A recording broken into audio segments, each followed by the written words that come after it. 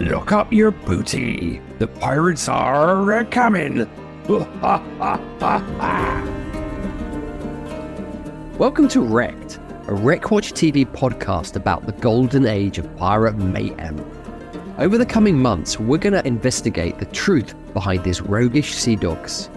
What made a pirate? What inspired their reign of terror? And what's true or just Hollywood smoke and mirrors? I'm Sean Kingsley, and this is the Real Pirates of the Caribbean.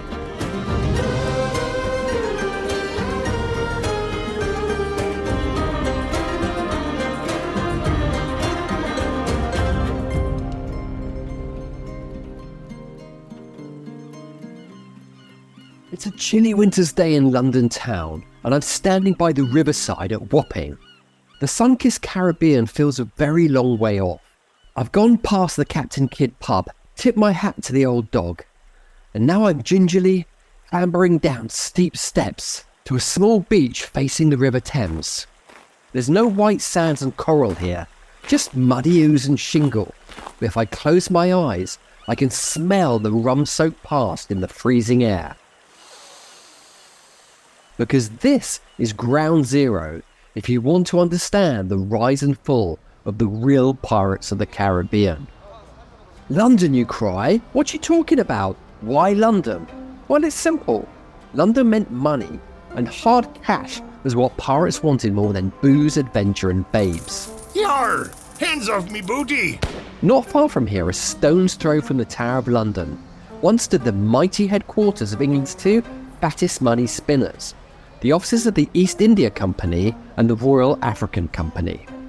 The East India Company sent mountains of hard cash across the Indian Ocean to pay for fancy calico cloths, spices and tea, and porcelain, silk and fine art from China. And London was the heart of the Royal African Company too, that enchained horrifying numbers of Africans between Ghana and Nigeria and trafficked them to the sugar, indigo, coffee and tobacco plantations in the Caribbean and Americas.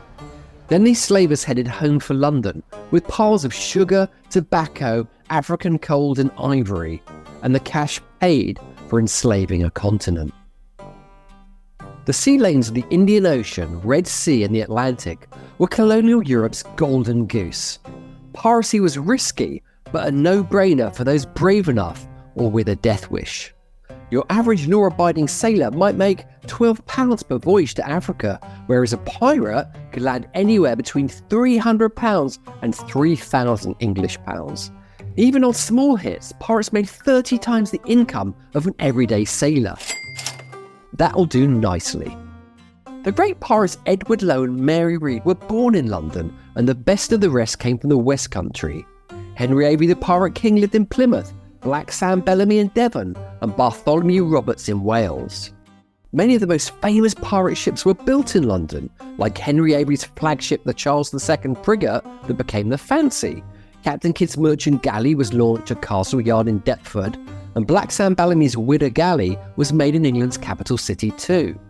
It was in London that waves of pirate princes started their reigns of terror, including William Kidd and Bartholomew Roberts. And when the dust settled, the pirates of the Caribbean were dragged back to London to be hanged. By the law of the Piracy Act, pirates weren't allowed to be tried on the high seas, so the accused had to be dragged in chains for trial in London. When the gunpowder dried up, 600 pirates ended up executed, around 10% of all the sea dogs of the Caribbean. Most pirates never got to enjoy their ill-gotten gains, which is exactly why Bartholomew Roberts swore that "A merry life and a short one shall be my motto." It was right here at Execution Dock in London that the unlucky Captain William Kidd was hanged for his crimes on May the 23rd, 1701. Well, hanged twice after the rope snapped. Like all pirates, a short rope made sure the drop wasn't long enough to break his neck. Instead, the sea dog died a slow, painful death, struggling for air as his legs jangled in a desperate jig known as the Marshal's Dance, after the sadistic officer watching on. Pirates were left hanging until three tides had ebbed and flowed over their heads, so the baying mob would have no doubt that their heroes weren't coming back from the dead. Some pirates were buried in an unmarked grave or sent to Surgeon's Hall for students to practice cutting up. Gruesome. Because Kidd's crimes were especially awful, his body was tarred and displayed in an iron cage at Tilbury Point on the lower reaches of the Thames for 3 smelly years. The message for passing sailors was clear: turn pirate and this will be the fate for the enemies of all mankind. Right in front of me, still in Wapping, is a loop of rope. It's hanging from a gallows. It marks the traditional site of execution dock. The rope is hanging dead still. The landscape here hasn't changed much. Seagulls swoop over warehouses hundreds of years old, and the riverscape is the same as it ever was. Only the wooden walls of all those great ships and their cargoes that launched an empire are long gone. 300 years ago, the banks of the Thames had been thronged with noisy crowds of up to 20,000 people, rubbernecking to see those notorious criminals they'd read about in the newspapers executed. The mood was more party time than solemn. The most famous and high-profile hanging in all pirate history here followed the trial of 6 of the crew of Henry Avery on November the 25th, 1696. Henry Avery was the pirate king who single-handedly nearly strangled England's golden goose. In September 1695, he hit the jackpot off Surat in India when he looted the Emperor Aurangzeb's treasure ship the Gunsway of £600,000. That's an eye-watering $108 million today, people. Shiver me timbers. King William III desperately needed to collar the pirate king to save England's sea trade. Yeah, you're nicked. A £1,000 bounty was put on Avery's head, dead or alive. That's about $140,000 today. And so the world's first global manhunt began. But Avery vanished in a puff of smoke. His fate is the longest cold case in pirate history, or it was until this year, when a new book by Sean Kingsley, that's me, and Rex Cowan, The Strange Adventures of Henry Avery and the Birth of the Golden Age of Piracy, exposes the unbelievable truth based on a previously unseen letter. Watch out for more about this stunning reveal, published by Pegasus Books very soon. With Avery vanished, the Admiralty had to make do with a show trial. And so on October the 31st, 1696, Henry Avery's crewmen Joseph Dawson, Edward Forsyth, William May, William Bishop, James Lewis and John Sparks were pushed double-fettered in iron chains into the Old Bailey courtroom. The night before, their jailer had enjoyed rattling their prison bars and scaring them with his terrifying tune.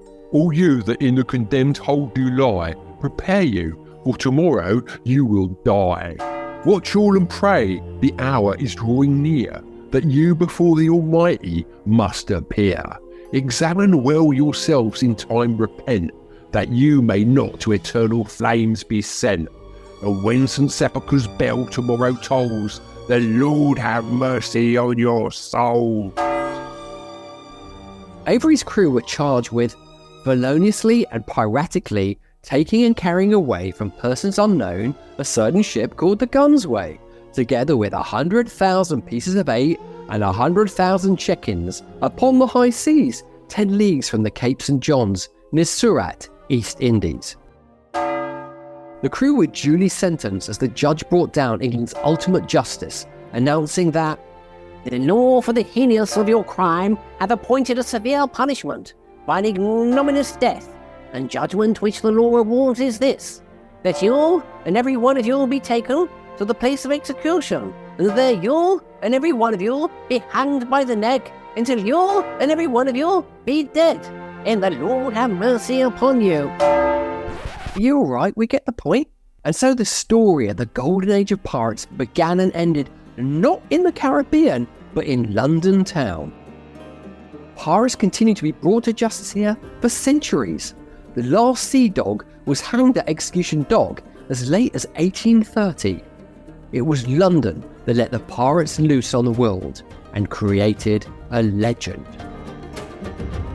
Thanks for listening to Wrecked, a podcast brought to you by Wreckwatch TV. For more about the sunken past, check out our magazine and TV channel at the links below. Until then, go shiver your timbers and stay tuned for more stories of mayhem and treasure in the next installments of our Pirates Festival, where dead men do tell tales. Coming up, stories of shipwrecks, pirate truth bombs, and exciting reveals. And why? Because deep down, we care.